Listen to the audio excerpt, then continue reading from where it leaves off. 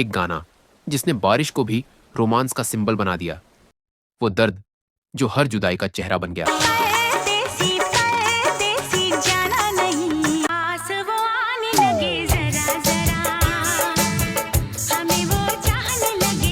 मासूम मोहब्बत की धड़कन,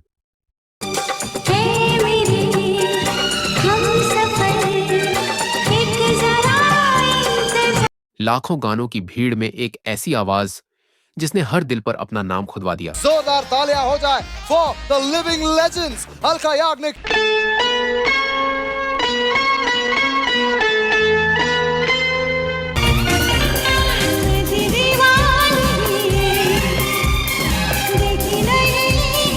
नमस्ते, मैं हूं अलका याग्निक और आज मैं अपनी जिंदगी के बारे में थोड़ा कुछ बताऊंगी। अलका याग्निक 80 और 90 में जब लता मंगेशकर और आशा भोसले का दबदबा था, तब एक नन्ही सी लड़की कोलकाता से चली और मुंबई आकर पूरी इंडस्ट्री का मिजाज बदल गई।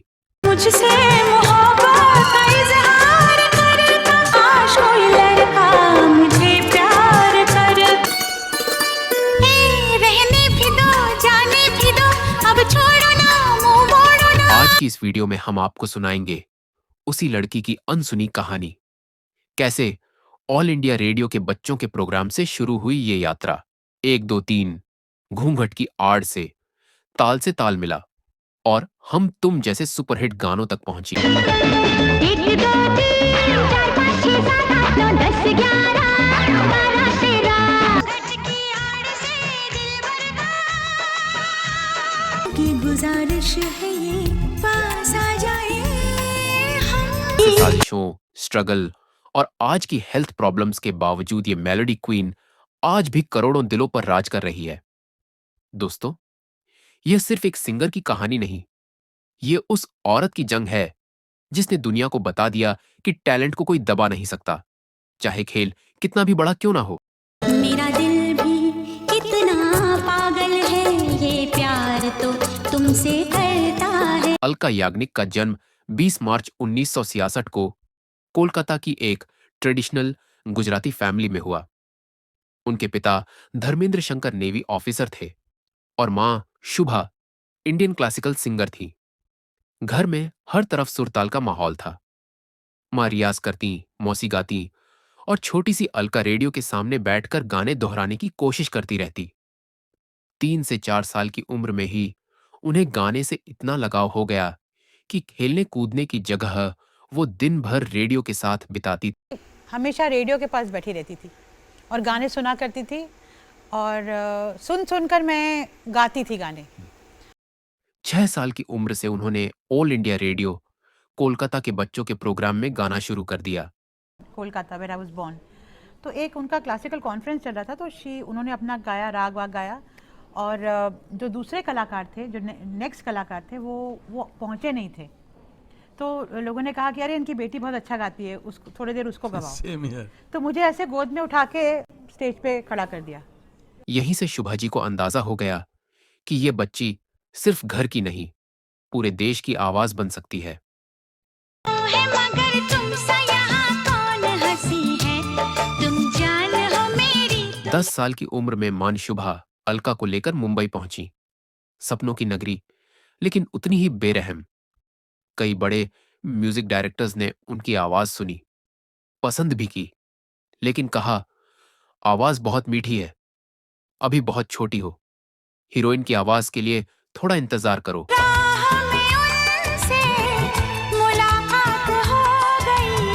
राज कपूर ने उनकी आवाज सुनकर रिकमेंडेशन लेटर लिखकर उन्हें लक्ष्मीकांत प्यारेलाल के पास भेजा। उन्होंने भी टैलेंट को पहचाना, लेकिन सलाह दी कि कुछ साल और सख्त रियाज करो। कोलकाता वापसी के बाद सालों तक अलका ने सुर, लय और ताल में डूबकर साधना की। स्कूल में कल्चरल प्रोग्राम्स में वो इतनी फेमस हो गई कि सब उन्हें सिंगर अलका कहकर बुलाते थे। उनके पिता ने सपने को सपोर्ट करने के लिए बड़ा फैसला लिया। मुंबई में एक छोटा सा घर खरीद लिया ताकि मां बेटी हर साल गर्मियों में मुंबई आकर म्यूजिक डायरेक्टर से मिल सके। उस दौर में जब ज्यादातर मिडिल क्लास फैमिलीज बेटियों के करियर पर इतना खर्चा करने से डरती थीं, यह कदम बहुत बड़ा था। 1979 में महज 13 साल की उम्र में लक्ष्मीकांत प्यारेलाल ने उन्हें फिल्म पायल की झंकार के लिए कुछ लाइंस रिकॉर्ड करवाने का मौका दिया। यह छोटा सा काम था, लेकिन एक बड़े सफर की शुरुआत। हीरा का टक अंग लचक झुकी झूमत। फिर 1981 प्रकाश मेहरा की फिल्म लावारिस में कल्याण जी आनंद जी ने उन्हें मेरे अंगने में तुम्हारा क्या काम है के फीमेल वर्जन का मौका दिया। मेरे अंगने में तुम्हारा क्या काम है, मेरे अंगने में। यह गाना सुपरहिट हुआ, हर फंक्शन, हर शादी में बजने लगा और अलका को बेस्ट फीमेल प्लेबैक सिंगर का फिल्म फेयर अवार्ड मिला। 1982 में फिल्मों में गाने के बावजूद वो फिर से गुमनामी में चली गईं। इंडस्ट्री पर तब भी लता मंगेशकर और आशा भोसले का जबरदस्त दबदबा था। ऐसे माहौल में नई सिंगर को मौका देना किसी भी प्रोड्यूसर के लिए रिस्क जैसा था। अक्सर होता यह था, अलका गाना रिकॉर्ड करके आती और फिल्म रिलीज पर पता चलता कि उनका गाना हटाकर मंगेशकर बहनों से गवा लिया गया है। लेकिन उन्होंने कभी बवाल नहीं किया, बस चुपचाप अगले गाने की तैयारी में लग जाती थी। 1982 से 1988 के बीच उन्होंने हिंदी, भोजपुरी, गुजराती और बंगाली फिल्मों में लगभग 350 गाने गाए। ए बलमा परदेसी, ए मनवा के राजा। लेकिन वो एक बड़ा धमाका अभी बाकी था। फिर आया 1988 एन चंद्रा की फिल्म तेजाब और गाना 1 2 3 माधुरी दीक्षित पर फिल्माया।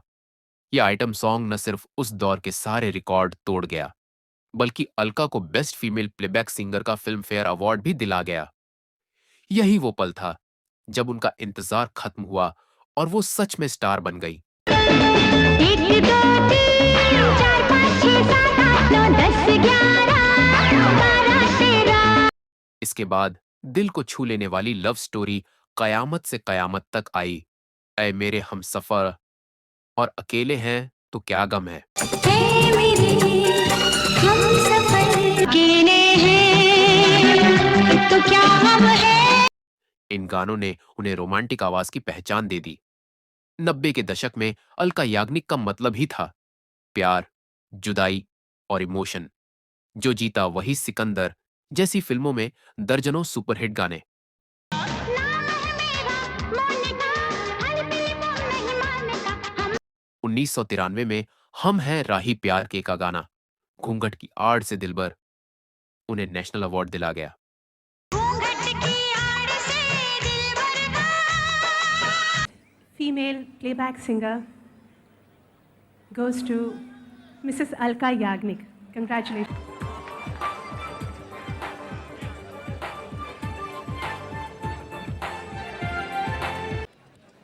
यही साल उनके लिए टर्निंग पॉइंट बन गया, जब संगीतकारों ने यह मान लिया कि अगर अलका की आवाज है, गाना हिट होना लगभग पक्का है। ऐसी दीवानगी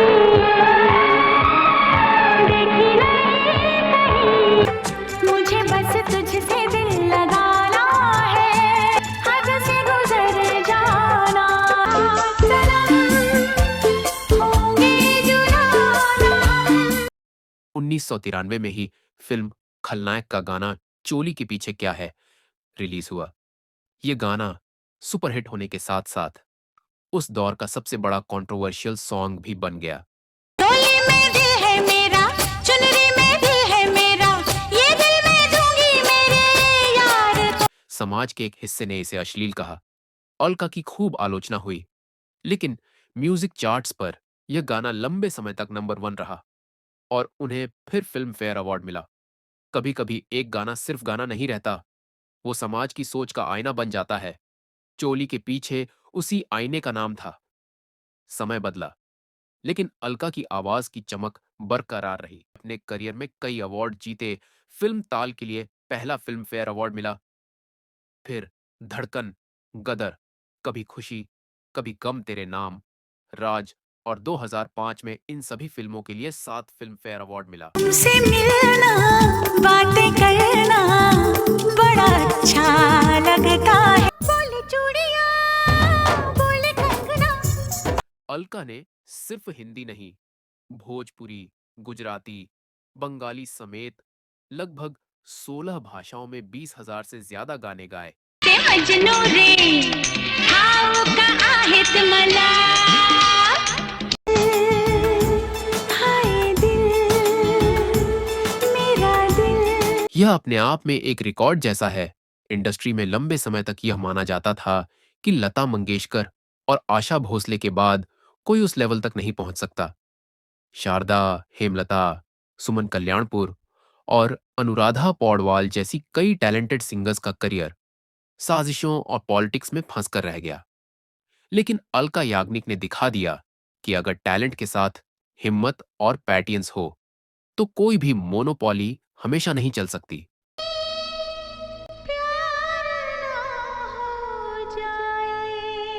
तू ना जा मेरे बादशाह एक हारे के लिए आपके प्यार में हम संवरने लगे मुझको राणा जी माफ करना गलती मारे से हो गई मुझे चाहे जहां भी रहेगा तुझे तेरी खुशबू। उन्होंने सिर्फ मंगेशकर बहनों के दबदबे को चैलेंज ही नहीं किया, बल्कि निनेटिज और 2000 के शुरुआती दशक में खुद इंडस्ट्री की नंबर 1 फीमेल वॉइस बन गई।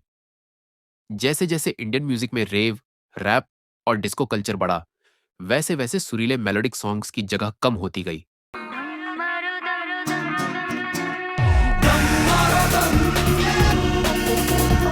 इस बदलाव पर अलका ने एक इंटरव्यू में कहा कि आज का संगीत ऐसा लगने लगा है जैसे जंगल में सब एक दूसरे को धक्का मार रहे हों। प्लेबैक सिंगिंग अब वो नहीं रहा ना। अभी पहले प्लेबैक सिंगर्स होते थे, जिनकी स्क्रीन वॉइस होती थी, हीरोइन वॉइस। पहले के गानों में जो शायरी और सुकून था वह अब कम होता जा रहा है। यही वजह रही कि उन्होंने धीरे धीरे फिल्मों में गाना कम कर दिया और रियलिटी शोज, सिंगिंग कंपटीशन और जज के रूप में ज्यादा दिखाई देने लगी। आज भी टीवी पर जब कोई कंटेस्टेंट उनकी ही गायकी में डूबकर गाता है तो उनके चेहरे पर वही पुरानी मुस्कान लौट आती है। हो तू उदास तेरे पास पास मैं रहूंगी जिंदगी भर। तब मैंने ये सोचा था, तब मैंने ये जाना था, तुम इतने बदल जाओगे, तुम इतना मुझे चाहोगे। बात करें अलका याग्निक की निजी जिंदगी की तो 1989 में अलका ने शिलोंग के बिजनेसमैन नीरज कपूर से शादी की। उसी साल उनकी बेटी सायशा का जन्म हुआ। वक्त के साथ दोनों अलग अलग शहरों में रहने लगे, अलका मुंबई में, नीरज शिलोंग में। लेकिन रिश्ते में आपसी सम्मान और मुलाकातें आज भी बनी हुई। एक इंटरव्यू में उन्होंने कहा कि बचपन वाली निश्चिंत खुशी कहीं खो चुकी है, लेकिन संगीत ने उन्हें हमेशा संभाला है। सुनने को बेकरार है, कहो ना प्यार है। अलका याग्निक ने 2004 में एक चौंकाने वाला खुलासा किया। क्या हो अगर एक सिंगर की आवाज अच्छी हो और दुनिया उसकी दीवानी हो, फिर अचानक से पता चले उस सिंगर को सुनाई कम देने लगा है तो पैरों तले जमीन खिसक जाए। ऐसा ही कुछ जून 2024 में अलका याग्निक ने अपने फैंस को एक ऐसा सच बताया जिसने सबको हिलाकर रख दिया। फ्लाइट से उतरने के बाद उन्हें अचानक महसूस हुआ कि उन्हें ठीक से सुनाई ही नहीं दे रहा। डॉक्टर्स ने उन्हें rare sensory neural nerve hearing loss diagnose किया, यानी ऐसा हियरिंग लॉस जो अचानक होता है और अक्सर वायरल इन्फेक्शन की वजह से नर्व को डैमेज कर देता है। इस कंडीशन में कई मरीज धीरे धीरे अपनी सुनने की क्षमता लगभग पूरी तरह खो देते हैं। अलका ने इंस्टाग्राम पोस्ट में लिखा कि यह सब इतने अचानक हुआ कि वो खुद भी शॉक्ड हैं, लेकिन वो इसे स्वीकार करने और लड़ने की कोशिश कर रही है और चाहती हैं कि फैंस उन्हें अपनी दुआओं में याद रखें।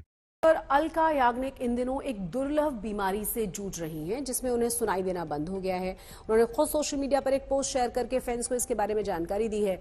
करीब 4 दशक तक मेरे अंगने में 1 2 3, ऐ मेरे हमसफर, घूंघट की आड़ से, टिप टिप बरसा पानी, चांद छुपा बादल में, ताल से ताल मिला, हम तुम, इन सब गानों के पीछे एक ही चेहरा, एक ही आवाज थी, अलका याग्निक। उन्होंने दुनिया को यह सिखाया कि म्यूजिक सिर्फ कला नहीं, साधना भी है। और अगर आपके पास टैलेंट के साथ धैर्य और हिम्मत हो तो साजिशें भी आपका रास्ता नहीं रोक सकती। शायद आने वाले सालों में टेक्नोलॉजी आवाजें बना दे, लेकिन दिल से निकली आवाज का जादू कभी रिप्लेस नहीं हो सकता। अलका याग्निक वही जादू है जो हमेशा हमारे दिलों में गूंजता रहेगा।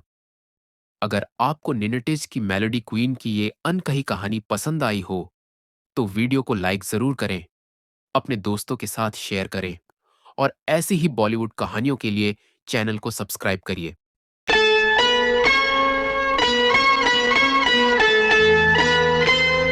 वो तसव्वुर का आलम, वो दिले आशिकी, आए यूं मुस्कुराए, तुमने न जाने हाँ इश्क दी गली विचों कोई कोई लंघदा, इश्क बेचैन में रस्ते पे नैन में जहाँ है दिल से मोहब्बत हो गई है तुमसे।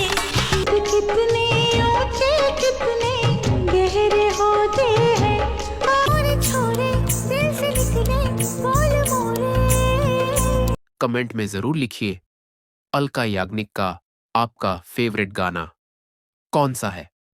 हो सकता है अगली वीडियो उसी गाने की अनसुनी कहानी पर हो।